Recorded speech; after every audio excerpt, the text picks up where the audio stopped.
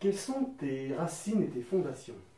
Alors, mes racines et mes fondations, ce sont les racines donc de par mes ancêtres, hein. Je pense que l'Afrique, c'est quelque chose en tout cas, tous les Africains que j'ai rencontrés, sont des gens qui sont assez enracinés, qui sont dans le corps, dans la danse, donc ça, et du coup, ça amène un certain positionnement, un certain aplomb, un certain sentiment de sécurité. On est là, posé, quoi. Donc ça, ce sont les racines. Après, les racines italiennes sont des racines qui sont beaucoup plus aussi terrestres aussi, de l'agriculture, puisque c'était des agriculteurs, mes grands-parents. Et par contre, ce sont des racines émotionnelles, c'est-à-dire que c'est beaucoup, beaucoup dans l'émotion, en fait.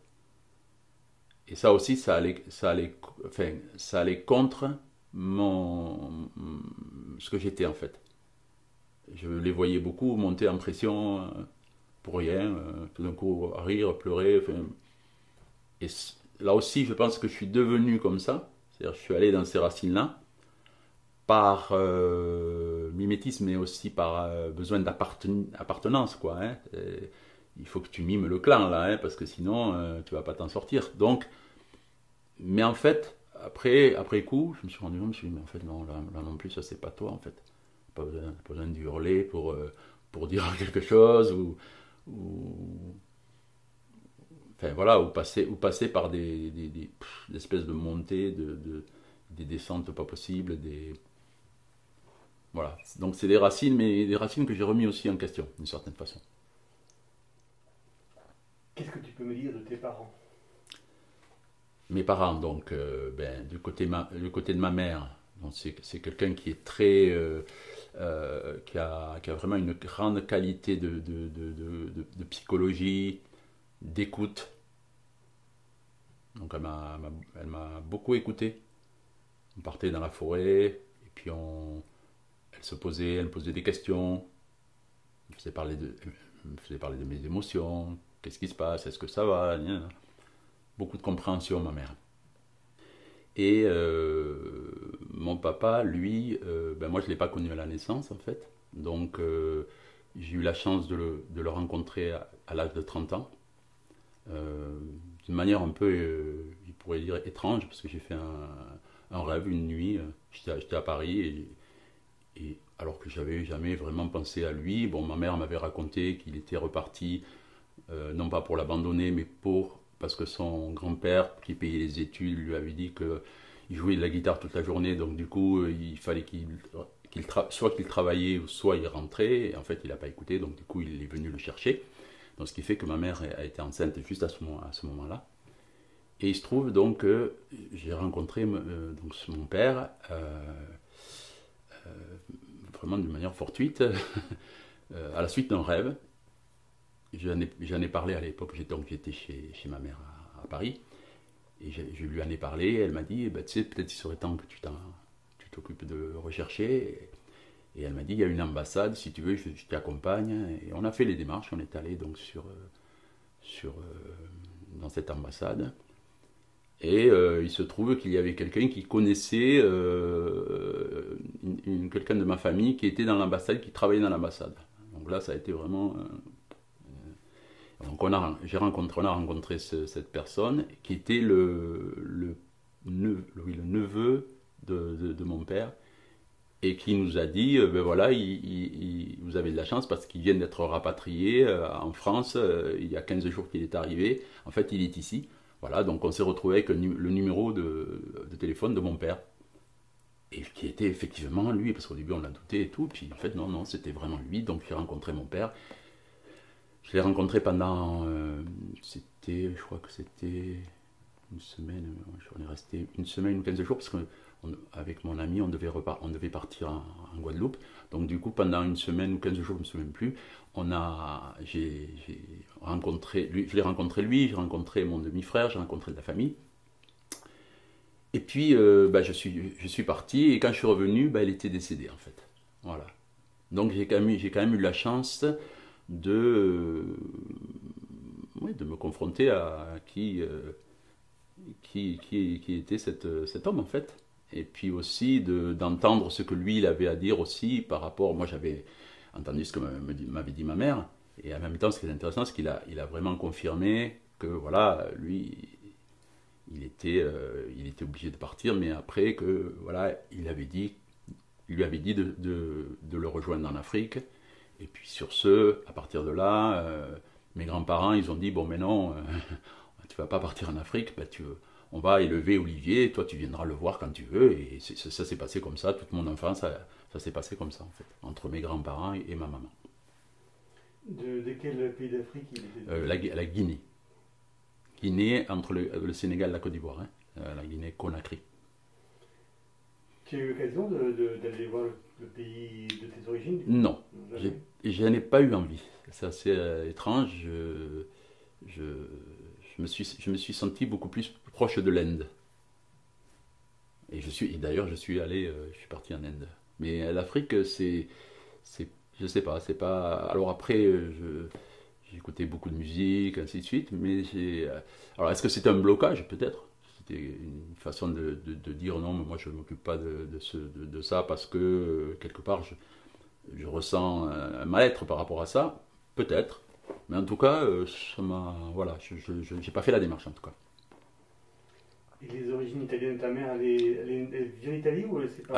Alors mon grand-père, lui, toute la famille en fait de mon grand-père, ils étaient dans le Piémont, et donc après ils se sont installés. Enfin, le Piémont est devenu la France, le côté français, et donc Saint-Martin-du-Var, du côté de l'arrière-pays de Nice, et ils étaient installés là-bas en fait. Voilà. Qu'est-ce que tu as appris de tes parents du coup? Alors, qu'est-ce que j'ai appris de ma mère? J'ai appris avec ma mère, ce qui était intéressant, c'est que bon, je la voyais euh, beaucoup moins que mes grands-parents, forcément. Quand je la voyais, on avait une relation privilégiée, et souvent on partait dans la forêt, et c'est assez étrange comme sensation. On s'installait dans la forêt, c'est comme si elle m'installait dans un cadre pour que je puisse me livrer, dire un cadre paisible en fait. Et j'aimais beaucoup ça. J'aimais beaucoup avoir ce rapport privilégié avec ma mère qui était, comment dire, une personne qui est très branchée sur la psychologie, qui parle beaucoup. Donc elle m'a beaucoup parlé. C'est pour ça que je n'ai pas de difficulté moi à m'exprimer, à parler de mes émotions. Pour moi, c'est quelque chose qui est. Donc j'ai appris ça, j'ai appris à communiquer mes émotions, à ne pas en avoir peur. Après, qu'est-ce que j'ai appris? La musique aussi, parce que c'est quelqu'un qui écoutait beaucoup de musique. Donc, et beaucoup de musique classique. Et pour moi, je considère la musique classique comme vraiment étant la base de toutes les musiques. C'est une richesse absolue qui fait qu'après, je pouvais être ouvert à toutes sortes de musique en fait. Et qu'est-ce qu'ils faisaient comme boulot tes parents? Ta mère, bon, je pense. Alors, ma mère, elle était elle a fait ses études laborantines. Après, elle a travaillé dans un laboratoire. Et puis, quand elle a rencontré mon beau-père, elle a tout arrêté et elle est partie à l'aventure. Elle est partie pour vendre des vêtements sur les marchés. Donc, voilà, ça c'est ma maman. Et puis le papa, lui, il était venu faire ses études d'ingénieur des eaux et forêts. Et donc après, il a continué, il est devenu ingénieur, il était ingénieur des eaux et forêts en Guinée. Est-ce que tu as eu un ou des beaux-pères, je sais pas? Alors, j'ai eu des beaux-pères. En fait, le premier beau-père que j'ai eu, c'est moi qui l'ai rencontré avant ma mère.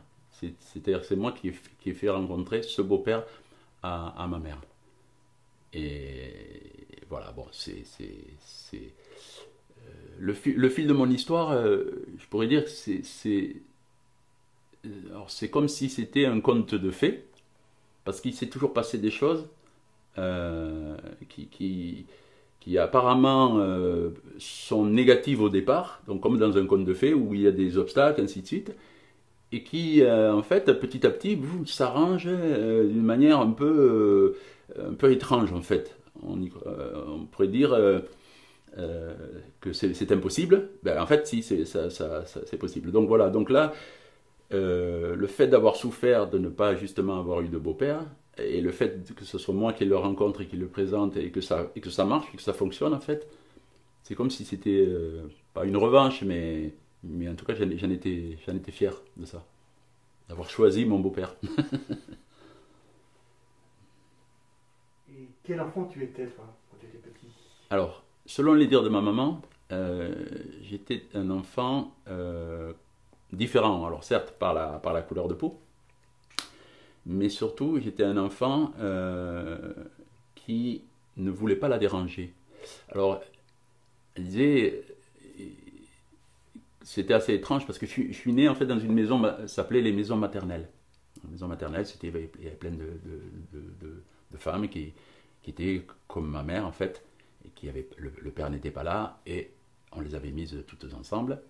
Et donc il y avait énormément de petits enfants en fait.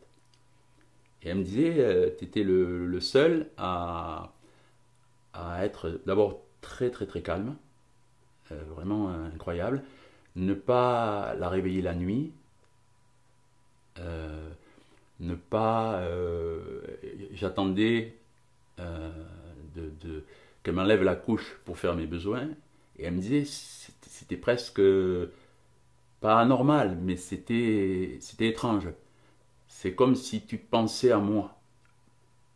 Un enfant, normalement, il pense à lui, en fait. Dans ses besoins, c'est la survie. Et là, elle me disait, en fait, toi, je voyais que tu avais une conscience de ne pas me déranger.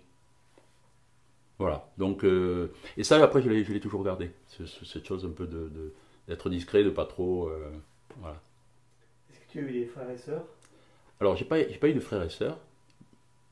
Par contre... Par contre, j'ai vécu avec mon oncle René, et qui était... René est extraordinaire, c'est-à-dire c'est ce qu'on pourrait dire des êtres un peu différents, quoi. Moi j'appelle ça des êtres différents. Il y en a certains qui mettent des étiquettes, je n'aime pas trop. Et différents, c'est-à-dire que c'était un génie en mathématiques, qui avait une façon de calculer très très très rapide. Et j'ai vécu dans un monde beaucoup imaginaire un peu, c'est-à-dire que lui, il était branché sur tout ce qui était bande dessinée. Alors des fois, je lui disais, quand je rentrais de l'école, je lui disais, est-ce que tu peux m'aider pour les mathématiques? Et lui, il me disait, non, non, t'inquiète, tu vas pas en avoir besoin de ça. Par contre, lis les bandes dessinées. Alors moi, j'étais là, je disais, c'est incroyable ça. Donc je lisais les bandes dessinées. Et il se trouve qu'effectivement, on va voir par la suite que je vais devenir conteur, je vais raconter des histoires aux enfants, je vais rentrer dans ce monde en fait là.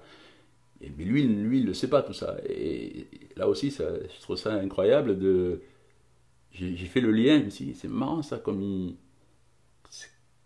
est-ce que c'est le hasard, ou est-ce que lui il le savait, ou est-ce qu'il ne le savait pas? En tout cas, voilà, ça s'est passé comme ça, quoi. Il m'a dirigé vers le monde imaginaire plutôt qu'un monde, un monde rationnel, quoi. Donc tu dis que tu vis chez ton oncle, toi et ta maman, vous vivez chez ton oncle? Alors, non, en fait, vu que moi j'ai été élevé par mes grands-parents, donc ma grand-mère avait encore René, et un autre aussi qui était même un petit peu plus grand, Georges. Et du coup, moi, quand je suis arrivé, ben, en fait, je suis devenu le frère, en fait, des deux, quoi. Donc du coup, quand je comprends bien l'histoire de ta famille et de ta maman, tu vis chez tes grands-parents? Chez mes grands-parents, et ma maman venait, alors quand on était à Toulouse, elle était juste à côté, et après on s'est déplacé, on est allé à la campagne, et là, à ce moment-là, elle venait le week-end, des fois elle restait 2-3 jours, et à ce moment-là, elle était avec moi, quoi. Et pourquoi cette séparation Alors, déjà, la séparation, je pense que c'était pour qu'elle puisse faire ses études, puisqu'elle faisait ses études de laborantine, et du coup, je pense que c'était compliqué pour elle de voilà. Et puis en fait c'est pas elle qui a décidé, c'est vraiment mes grands-parents qui ont dit nous ça nous gêne pas et au contraire même. Ma grand-mère a dit bah, de toute façon un de plus un de moins. Tu vois, bon voilà. Et ce qui fait que je pense que ça voilà ça a arrangé tout le monde. Moi j'étais bien parce que j'étais à la campagne. Après j'avais tous mes amis, après je suis allé à l'école, après au lycée, enfin, tout ça, ça a fait que, ben voilà, voilà, ça s'est fait comme ça, quoi. Quelle différence d'âge tu avais avec René? Avec René, on a presque une dizaine d'années. Oui, ce qui fait que, parce qu'en fait c'était le frère de ta mère, C'est le frère de ma mère, voilà. ton oncle, Ouais, et qui était presque ton cousin, quoi, enfin en termes d'âge. c'est ça. Donc Georges et René, tu étais quasiment tes frères en tant que... Comment se passait, quels étaient tes rapports avec eux? Très très bien. Vraiment, c'était vraiment... Il n'y avait pas de conflit, comment dire... ouais, j'étais le petit qu'il fallait s'occuper. Je pense que, par empathie, je pense que tout le monde sentait que comme j'étais différent, qu'il fallait plus me donner à moi. D'ailleurs, mon grand-père, parce que mon grand-père était très sévère, mon grand-père il était policier, donc il avait été vraiment très très très très sévère avec ma mère, ainsi de suite. Et tout le monde disait c'est assez rigolo parce qu'avec toi, il est vraiment plus doux. Alors après, c'est vrai que moi, mon caractère n'était pas... je m'opposais pas trop, en fait, du coup, c'est vrai que lui, il n'avait pas trop non plus à rentrer dans des crises, quoi. Mais je sentais ça, je sentais que j'étais un peu privilégié, quoi. Et donc, par rapport à René et Georges, pareil, j'étais entouré, je me sentais bien, quoi. Et cette situation, ça a duré longtemps, le fait que tu... Ah ben chez tes parents? de l'âge de 4 ans jusqu'à que je parte après après René j'ai donc mon Georges il a eu un accident de vélo qui est décédé en fait et René lui il est parti à Paris donc je devais avoir 13 ans un truc comme quelque chose comme ça. Donc, je suis resté avec ma grand-mère et puis après je suis parti à l'âge de 18 ans quoi. Durant ta scolarité, quel élève tu étais? Alors, dans la petite enfance, j'étais le premier de la classe. Vraiment. Parce qu'en fait, ce que je voulais être docteur. Mais très, très, très, très, très petit. Hein. Vraiment, style 5 ans, je répétais tout le temps, je vais être docteur, je vais être docteur, je vais être docteur. Alors, je pense que ça vient d'une chose, c'est que quand... là, ça ramène vraiment les 2 premières années de la petite enfance. Quand je suis dans un milieu où il n'y a que des femmes, puisque ce ne sont que des mères célibataires et qui ont des enfants, donc je suis, étant enfant, entouré que de femmes et de bébés, et ma mère. Et la seule présence masculine, c'est le docteur qui vient et qui lui a un penchant pour moi et ses filles à lui viennent me prendre et m'amènent dans la maison du docteur tout le temps. Ma mère me dit je ne savais pas où tu étais. Ah ben tu étais dans la maison du docteur en fait. Donc ça veut dire que j'ai aucun souvenir de ça, mais il se passe quelque chose à ce moment-là. Et d'ailleurs, une chose qui le prouve, c'est ce qu'elle me raconte à un moment donné. Elle me dit, quand vous êtes tous les bébés là, quand vous êtes par terre, quand le docteur arrive, tu es le seul qui se met à partir, pas en galopant, mais en rampant, qui s'accroche au pantalon. Donc, ça veut dire, ok, j'ai compris que là, je suis entouré que de femmes.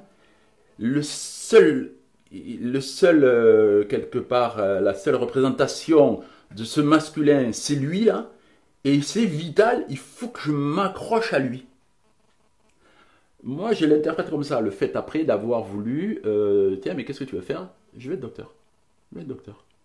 Je pense qu'il y a, il y a quelque chose de cet ordre-là, d'avoir vu un exemple de quelqu'un qui soigne, qui s'occupe des autres, qui s'occupe de moi en fait aussi, voilà.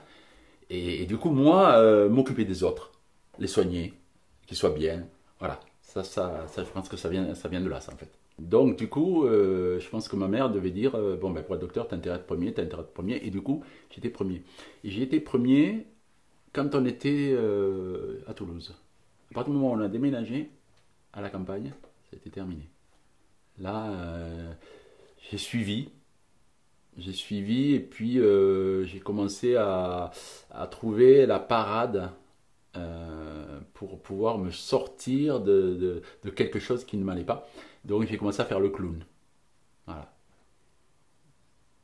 Donc voilà, je trouvais des choses à faire pour pouvoir faire rire mes petits camarades.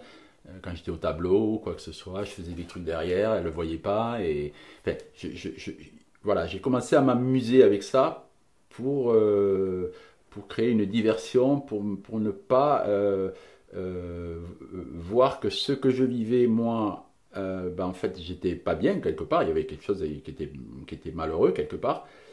Mais quand j'arrivais à l'école, que je retrouvais mes potes, ben en fait, tout ça, je le mettais de côté.